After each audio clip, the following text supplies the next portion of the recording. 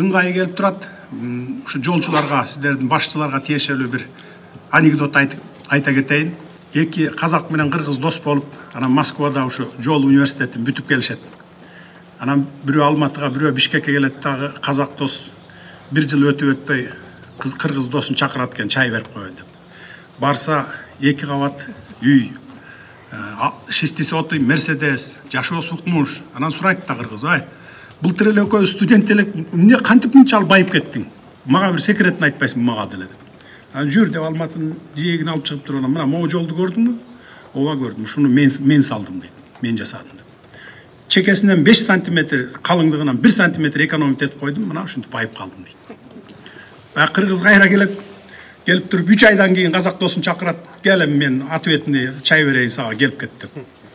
Келсе казак досунан 2 есе байып алган кыргыз. 3 кабат үй,